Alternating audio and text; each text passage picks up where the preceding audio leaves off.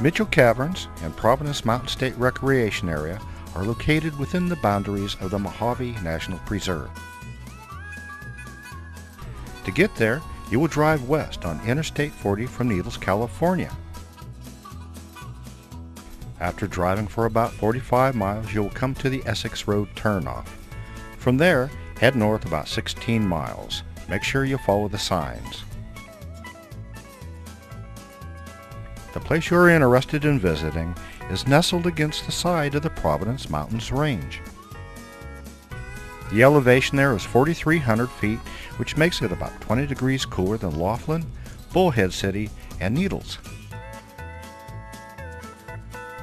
When you get there, you will see the buildings that made up Jack and Ida Mitchell's desert resort. Signs will direct you to the Visitor Center, which was the Mitchell's home. Once inside the Visitor Center, you will find displays explaining the history, geology, and wildlife of the area.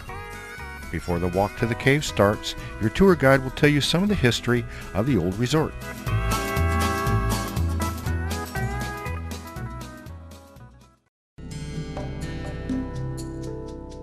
It was the Great Depression. Entire families were displaced.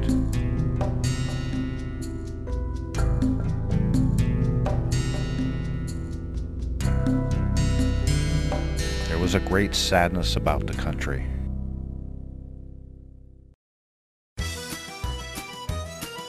The federal government created large work projects. Much of the work required travel and may not have lasted very long.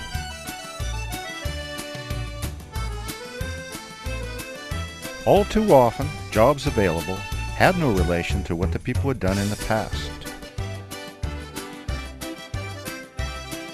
Some folks created a living in imaginative ways.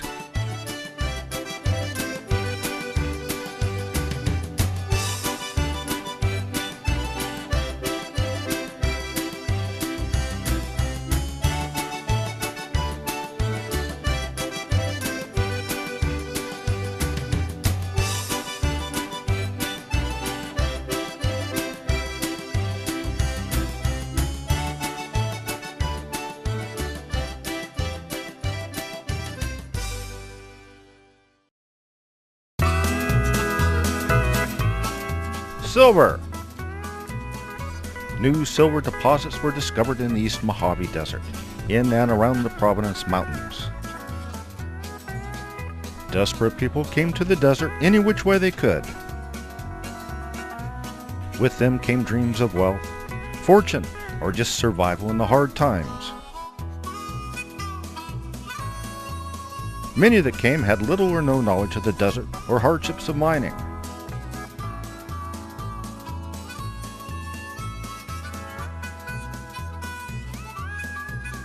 Luckily, for the new arrivals, old-timers in the area offered advice in exchange for supper, supplies, or just someone to talk to.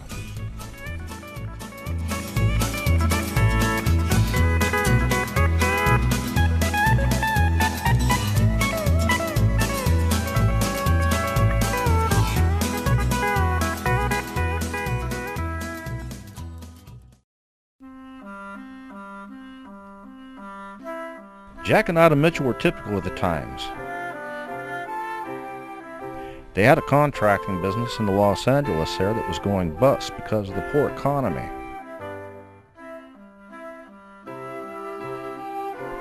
Jack had quite a bit of experience in his past with mining and prospecting. He had heard of the new silver find in the area and decided he'd better give it a good look. While prospecting, he became friends with one of the local ranchers. The rancher showed him the caves. He set up some mining claims on the side of the mountain. The silver deposits were not rich enough to pay off, though.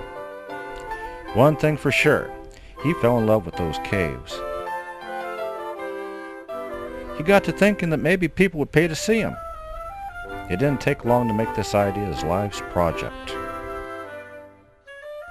Much tedious work was to be done in preparation for tourists to drive 24 miles from the town of Essex on Old Route 66. Jack and Ida lived in a tent for quite a while before any walls or roof were constructed.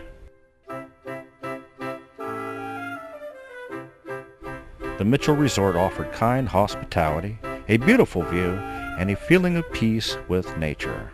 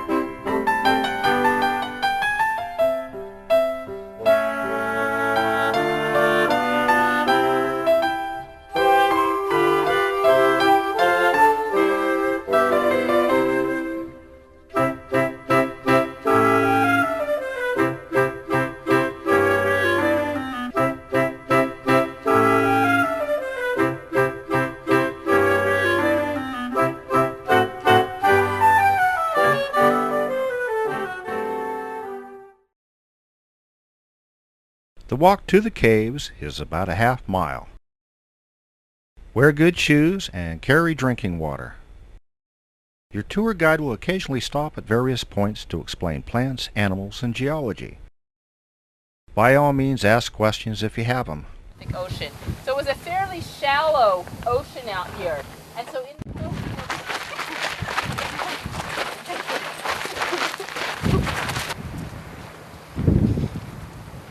these stopped forming probably about 10 to 12,000 years ago. Now, because we did have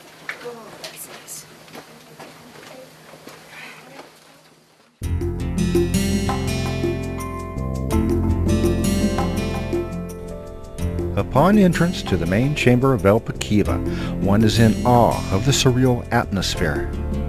Who would think that such a place could be hidden by the outside of a mountain?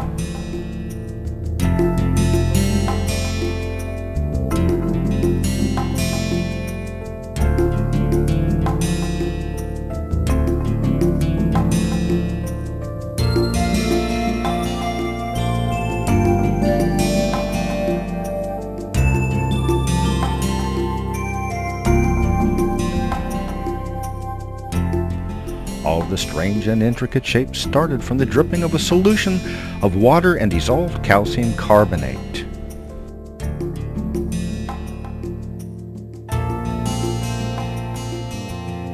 Over time and chemical processes, the material deposited is crystallized. This material is called calcite. In some cases, a hollow soda straw formation is formed, which is the start of a stalactite.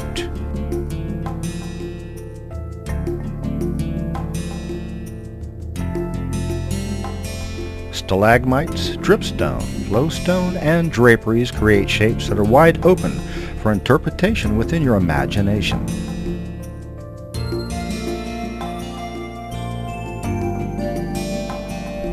These are the very rare coral pipes.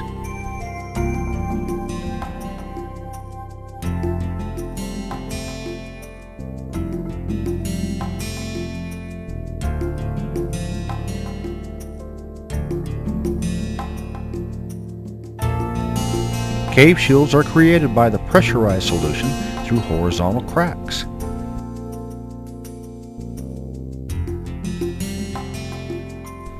Capillary action produces helictites and can be formed at any angle. They don't depend upon gravity.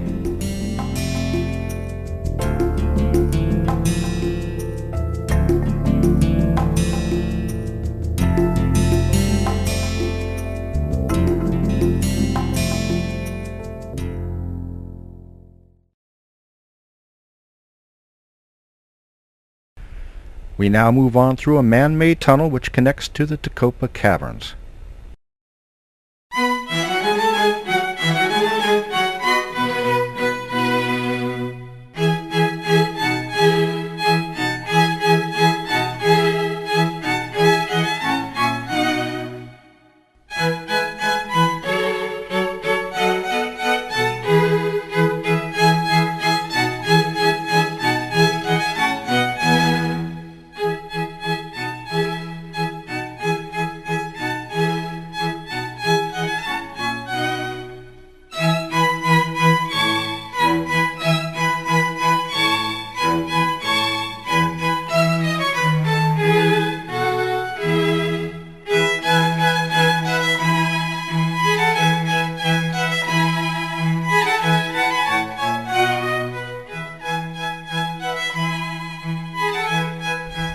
The sunlight is a welcome sight.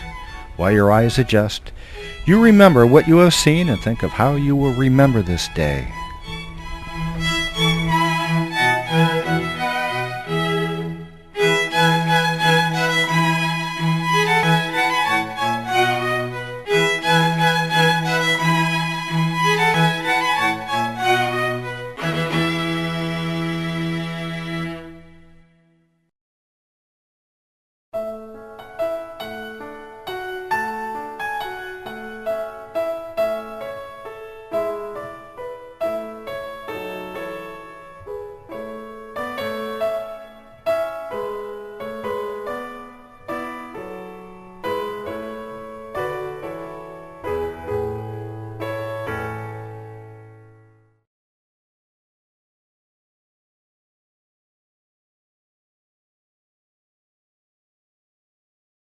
Anyway, there was this slab of rock, like a big sheet of, like slate, only of course it was limestone.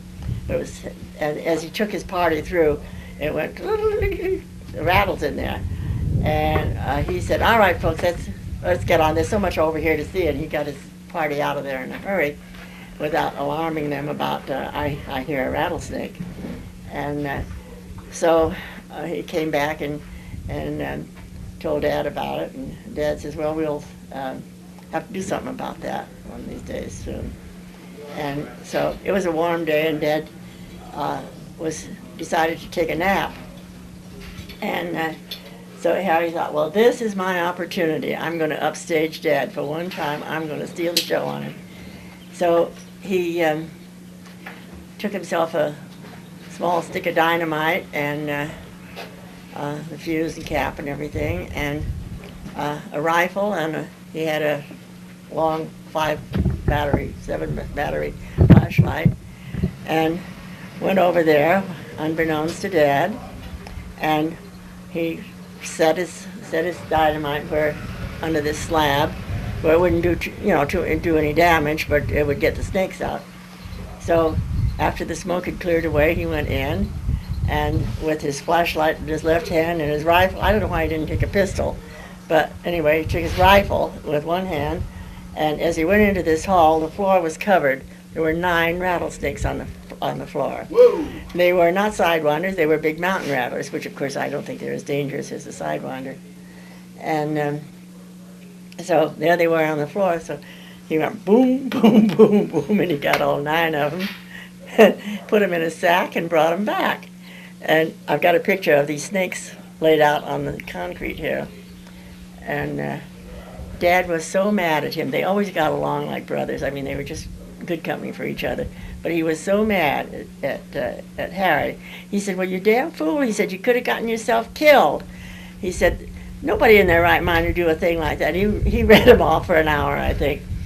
And I think mostly, though, he was concerned that somebody else had stolen his thunder, because Dad was quite a showman. One time here, do you know Alan Hale? Yes, played the skipper on Gilligan's Island. His yeah, son, yeah. Alan Hale Sr. and there's Alan No, well, Hale this Jr. was Alan Hale Sr. Okay. And he was a tough man. Well, this was in about 1935 or so, and so he and his buddy, his henchman, were sitting up here, and one of the boys that was working here with us was pouring whiskey for him, his own whiskey, and they had water glasses, and he'd say, "Oh, a little more, and they'd get about so much in a water glass. He'd say, 'That's good.' And he was watching Dad. Dad was right down below there, and he had picked up a rattler, and he would the way he'd pick up a snake was to take his walking cane and put it down on the snake's head, pick it up by the tail and snap it and break its back, and then he tied it up to something here just below the porch, and Alan Hale was sitting right where that stalactite is, and just looking over, drinking his whiskey, and Dad slid it down the belly, and he was going to skin it and take the head, skin and all, and he had been doing all his concrete work around with the limestone, and he had some sores eaten on the back of his hand where the limestone had attacked his skin. He had fair skin. He was a blue-eyed blonde, and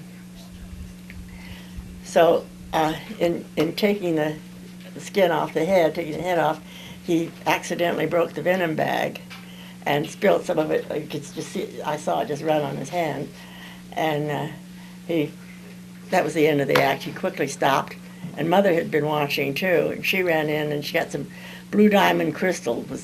It was something that we used for an antiseptic, stronger than iodine. She poured some hot water from the kettle on the stove and fixed this to soak his hand and draw the poison out. And she was terribly concerned. And anyway, Alan Hale got to see what it was to be a really tough guy. No, he liked the show, and he was a good showman, and he'd never quit as long as anybody had listened to him. Worse than I am.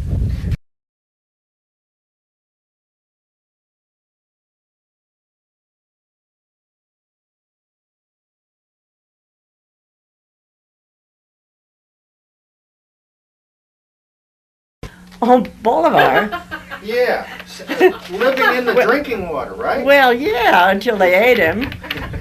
Where'd Bolivar come from? Well, Bolivar was Dad and who was it? Harry or No, it was Russell? Lloyd. Lloyd. Lloyd. They went down the Needles to go fishing in Lake Havasaw, and they came back with a real lucky catch of a whole lot of catfish, and more than they could eat. And the fish aren't so good canned, and so they put one in the one of the reservoirs up above, and so Dad would go up. Oh, he figured that his ecological excuse for putting Bolivar up there was that he would catch the gnats and flies and things that fell into the open reservoir and keep the water clean. And so he'd gather up a handful of worms, and when he was gardening around the trees and so on, and he'd go up and he'd hold a daggly worm up in front of the over the fish, or trap the fish, and Bolivar would come up and eat out of his hands. And one day Mother called him at the opportune moment when he had his handful of fish. Dinner was ready or something. There were visitors here that needed him or something. And so he ran down, threw the leftover worms into the water all at once, and came down to the cabin. And so a couple of days later, nights, everybody was going to bed, and Mother went in to get herself a good night drink of water out of the faucet in the kitchen. And when she let go to draw the water, here came a plop, and she hadn't turned the light on, and she got a mouthful of worms. And she started spitting and sputtering and used strong language on Dad for being a darn fool for throwing all those worms in there at one time for that fish. And so he said, all right, I'll get rid of it. And so he said, I had to eat my pet. Oh. And so that was the second animal. Once they had a badger that he named Jasper, and he had caught the badger when he first came out to keep him company, and before Mother came, and so that was a poor substitute for Mother, I'm sure. But anyway, he petted the badger and loved it. And once when they got tired of eating cottontail and so on, they decided to find out what badger would taste like, and so they killed Jasper.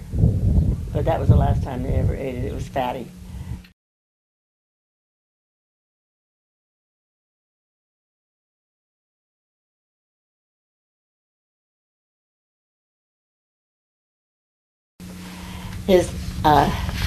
He had a certain spiritual quality about him. He wasn't a church-going man, but it seemed that God was with him wherever he was, in every blossom on every flower, and every little animal, and the sunrises, and you could see the colors of the sky that other people just took for granted. And he loved this place.